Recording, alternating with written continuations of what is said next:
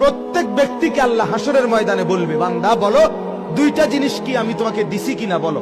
এক, আওয়ালাম নুআম্মিরকুম মা ইয়াতাযাক্কারু ফীহি মান তাযাক্কারা, এই পরিমাণ হায়াত দিছি যেই পরিমাণ হায়াত পেলে উপদেশ গ্রহণ করা যায়, আমল করা যায়, অদ্দুর সুযোগ দিছি কিনা বলো। কথা বলেন না, দিছি কিনা বলো। এই হলো এক।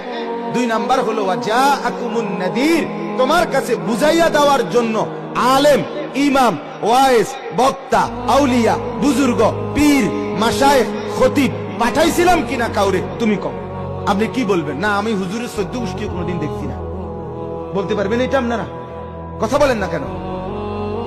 এই জন্য আলা সিরাতিম মুস্তাকিম, আল্লাহ তাআলা বলে বন্ধু আপনার পুরা জিন্দেগি সিরাতে মুস্তাকিম, কোন চিন্তার দরকার নাই বান্দা। আল্লাহ বলে দিছে বন্ধুকে অনুসরণ করো, তার সবকিছু ঠিক।